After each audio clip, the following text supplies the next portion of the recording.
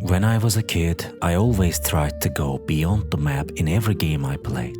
I used to think that if I pushed hard enough, I could somehow break free from the game's invisible walls. And I was obsessed with what lay beyond them. I'd stare at those unreachable mountains and cities in the distance and feel this strange longing, as if some things were happening out there too.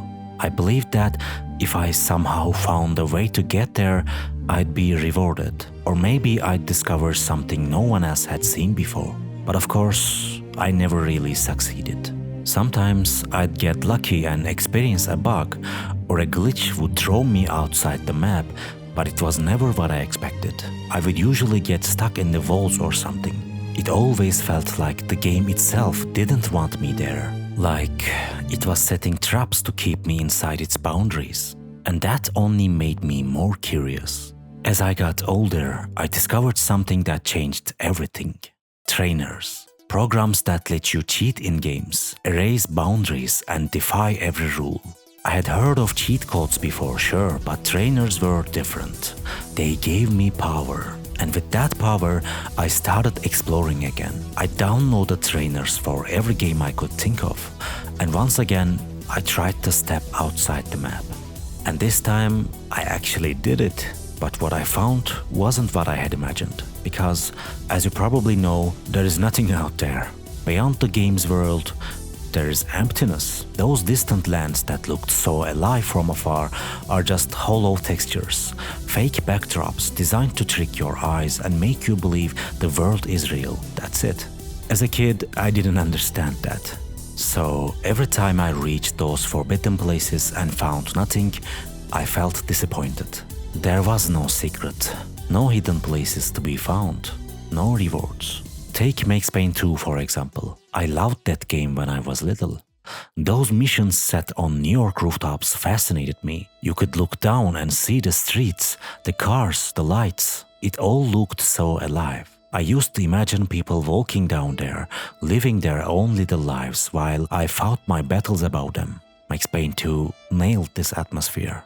But if you fall from the skyscraper, you definitely die. I, on the other hand, was very curious about those streets. I was always trying to find a way to get down, but I was never successful. But now, with the help of the trainer and the cheat codes, I was able to do it. So I activated God mode in the game, and it actually worked. I was immortal in the game now. I immediately opened the New York level and jumped down from the skyscraper. It had worked. I hadn't died. I continued to descend from the rooftops of the buildings and finally reached the street. I reached it sure, but these streets were nothing like they looked from above. I was disappointed. All these objects were a complete optical illusion. Even the cars were not cars. They were just hollow textures made to look like cars when viewed from above. The buildings were empty inside too, and the area I thought was a big city consisted of just a few buildings. When I turned onto the next street, there wasn't even a road anymore. All these textures were made so that when I saw them from a distance, I would feel like there was a living city. I remember being very disappointed when I saw all this. I was a kid, so it's normal of course, but my disappointment in Max Payne wasn't enough to stop me from exploring. I would try to get out of this area they had imprisoned me in other games.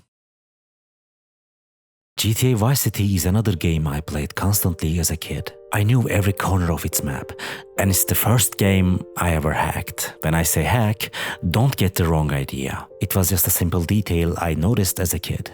Inside Vice City's game files, there is a document file called handling.cfg. If you open this file with Notepad, you'll see that it contains the information for all the vehicles in the game. There are tons of settings here, like the speed of the cars, their mass, and their durability. And I noticed as a kid that when I changed the properties here, they also change in the game. I would max out the car's speed and mass and play like that. I had a lot of fun with it.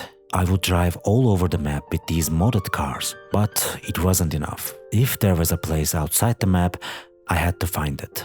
I tried everything to get out of the play area, but I couldn't succeed. Because in Vice City, if you go to the very edge of the map, you encounter an invisible barrier, and the game suddenly turns your vehicle around. You can never get past that barrier, but I would still try. I would always look for a weak spot in that barrier. I must have tried to get out from every point, north, south, east and west, but I never succeeded once. I would try to follow the plane at the airport, always trying to land on its wing, but plane doesn't have a solid texture, so you can't collide with it, you just pass through it. Anyway, by following the plane, I discovered that it never actually leaves Vice City. It has a route and it always follows that route. The result was, again, disappointment.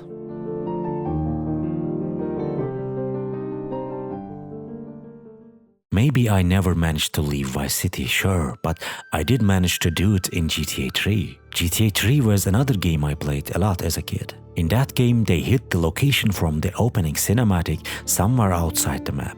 With the help of mods, I managed to get there. It was empty, lifeless, just a few static textures. But still, I felt that same thrill again. Even though there was nothing to find, nothing to do, reaching it felt like a victory. As I grew older, I began to understand how games worked, and my curiosity about those unreachable places slowly faded. But deep down, I still longed for a game where I could go anywhere without limits. And then I found it. Minecraft. An infinite world with no boundaries. You can walk forever, explore endlessly, and for a while, I did that. It felt amazing. I could finally go anywhere. I could see the mountains from afar and actually go there. But soon, the excitement faded.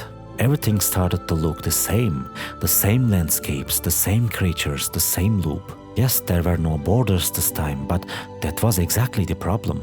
In Minecraft, there is no outside the map. Everything is the map. There was nowhere forbidden to reach, no such thing as outside the play area. That's why it couldn't give me that feeling of reaching the unreachable places I desired as a kid. And without that, that mystery was gone. One of the ultimate unreachable places in games is naturally space. Since there are many games set in the open air, as a kid I used to think that if I could fly, I could actually reach those stars. But of course, there is no space in games. They're all pictures, made to look good from a distance. As long as they look realistic enough, that's all that matters. No one is going to try to go there anyway, except me, of course. Space has always been one of my biggest curiosities since my childhood. Even now, I have a great interest in the universe, planets and stars. I have played some games that satisfied this hunger, by the way. Megaton Rainfall is one of them. A wonderful game where you can travel the entire universe. I've mentioned this game before in my Cosmophobia in Games video. You can check that video out if you want. Anyway, there is another game that I haven't mentioned before that really satisfied me in this regard. Just Cause 2. Yeah, you heard that right. Just Cause 2. You might be thinking, in what way could a game whose sole purpose is destruction have satisfied my curiosity about space? After all, Just Cause 2 is an action game and you can't go to space. I mean, yes, you can fly, you can pilot planes and you can go way above the clouds. It feels like if you go a little further, you might exit the orbit, yes, but you can never actually get to space. Let me explain. Just Cause 2 is a game that gives you a lot of freedom. There are so many places to go in its massive map that I probably haven't visited them all. I would climb to the top of skyscrapers and jump off, or I would attach a car to this military aircraft and try to fly them together, or while flying a plane, I would get out on top of it and fly past skyscrapers. Or I would go to this ship held in the air by two blimps and watch this view. And then I would get into the plane on the ship and fly towards the horizon. This would make me feel very peaceful. This was my favorite activity in Just Cause 2, flying a supersonic jet over the ocean towards the horizon, just as the sun was rising or setting. I felt so free doing this. During one of these times, for some reason, the plane turned upside down, and I didn't correct it. I had gotten very close to the sea. I barely saved the plane from crashing, but I was still flying upside down. And in that moment, I felt something strange. Like I was at the edge of the map, as if the ocean above me wasn't water but the void, the space itself. If I just pushed a little further, I thought maybe I could break through. It was as if I dipped the nose of the plane a little more, I would be launched out from the other side of the universe. I was flying with this plane in this amazing scenery at the end of the map, one step away from space. In this random action game, I had accidentally found the feeling of satisfaction I had been looking for since my childhood, a feeling I couldn't find in any other game, and it was amazing. After flying on the edge of space for a while, I finally decided to dive into this cosmic area. I slowly lifted the nose of the plane. Now there were only meters between me and the outside the map. I was eagerly watching to see what would happen. And finally...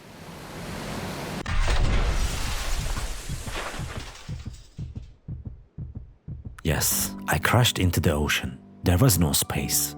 I hadn't reached the game's border. I was just flying upside down over the ocean. But in that moment, I had managed to trick myself so completely that I was really able to see the ocean as if it were space. I was really able to feel as if I were at the edge of the game's world, as if down was sky and up was ocean. It was a very interesting feeling. And to see it, you need a bit of an optical illusion, or you need to trick yourself a little, like I did. But when you do it, a very interesting feeling washes over you. At least, that's what happened to me. In my childhood, I was chasing after something impossible. I had given up upon it when I grew up. But at a moment when I wasn't looking for it at all, an unrelated action game gave me that feeling of discovery I had hoped to find in my childhood. Every game is a different world, and I love exploring these worlds. As long as games keep giving me that sense of wonder, that feeling of discovery, I'll keep playing them. Thank you for watching, and I'll see you in the next video.